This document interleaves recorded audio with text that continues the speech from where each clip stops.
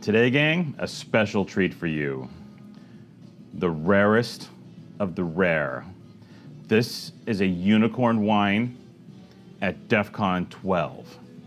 A wine that simply doesn't exist in the current annals of fine wine. A wine that everyone hopes to see or enjoy one day.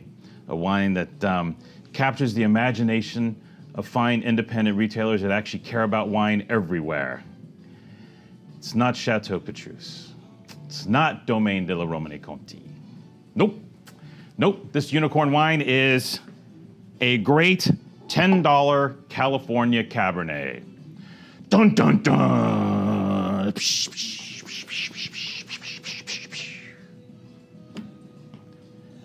Y'all know. Don't screw with me. Y'all know this doesn't happen. We taste a lot of $10 California Cabernet. 99% of what we taste is bud. It is not good. It is contrived, enzyme-packed, crappy residual sugar, grocery store, friggin' AVP, in display, plunk of the highest level. Because California, as a wine entity, is not suited nor accustomed to producing this particular wine. It's much more comfortable producing $40 wines that they sell for $100 instead of selling $30 wine for $10. Leave that to the dumb Spanish. Leave that to the French. They're silly. Well, there's one wine that did do such a thing. We have found a $30 Cabernet for $10 in California. Now, hate to break it to you, it wasn't an American that put this together. Womp womp. It was a British guy. Well, I think he's British. Yeah, he's British. He's very British. Bartholomew Broadbent, who is the son of Michael Broadbent, one of the greatest wine critics, maybe the greatest wine critic of his time. Michael Broadbent, was integral in bringing wine forward into the general public starting in the 1950s into the early 2000s. He had a long, illustrious career.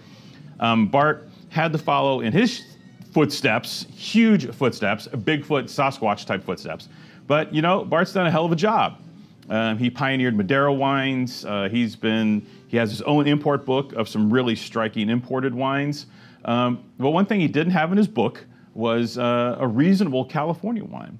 So he took it upon himself. He had a couple family friends that had owned vineyards in Mendocino and Lake counties for several decades. You know, the Broadbents have a few connections, right? You know, wine business, like 80 years. They kind of know people. So he got with those cats and decided to put together a great, great Cabernet Sauvignon for the money. What a novel thought. And you know, a lot of his book is, you know, South African, and he does some other stuff. So he's already aware of the need to deliver value to the consumer. He's already aware of that. So why not try and bring that to America? How can we do it? Well, great connections. So I got good prices for the grapes. He went to, like I said, he went to Mendocino and Lake County. This is a North Coast appellated wine. So no, this is not Napa Valley. You literally could not buy the shittiest Napa Valley grape at any price and put it in the bottle for $10. It's like, it's impossible. So he went to Mendocino Lake County, where there's some really top flight Cabernet Sauvignon in these appellations in the North Coast, and put together this absolutely smashing wine for $10. Mix of oak barrels here. French and American, older barrels, maybe a touch of new wood, maybe, but at this price, not that we're looking for new wood in our Cabernet Sauvignon. Some people are, but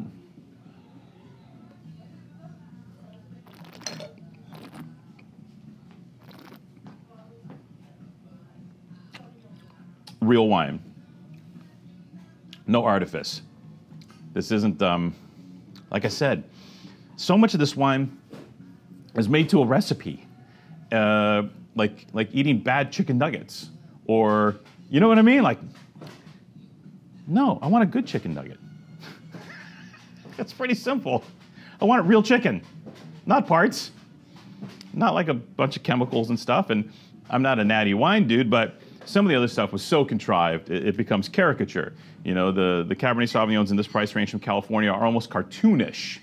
And they become so popular that cartoonish character can manifest in wines that are even more expensive because larger companies are looking to capitalize on keeping the consumer not as informed and creating a scenario where they're perfectly okay creating these contrived Cabernet Sauvignon wines because that's all they know and that's what they've been told to drink. In this case, Bart bucked the trend, and we absolutely adore it. Like I said, God, when's the last time we had a $10 Cabernet Sauvignon from California in the store? I'm actually trying to remember, Patricio. I think it's years. Like, you don't understand. Like, it's easier to get anything else on the planet than a great $10 California Cabernet. Seriously. So what a treat to have this around. It's $10, but honestly, it drinks like I'd say I put it up there with like like a great $30 Paso Cabernet that's really true in flavor, right? It has that mojo to it, which no, it doesn't taste like Romani Conti and Harlan and shit. That's not the point. But this wine, I can actually say for once, this California Cabernet Sauvignon delivers well above its price point. And those are words that I don't think I've spoken for quite some time either. Yeah, this is something.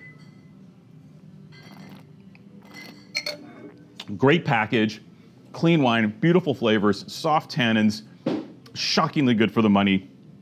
Broadbent North Coast Cabernet Sauvignon 2022, $10 a bottle. How can you not buy it? Get yourself some.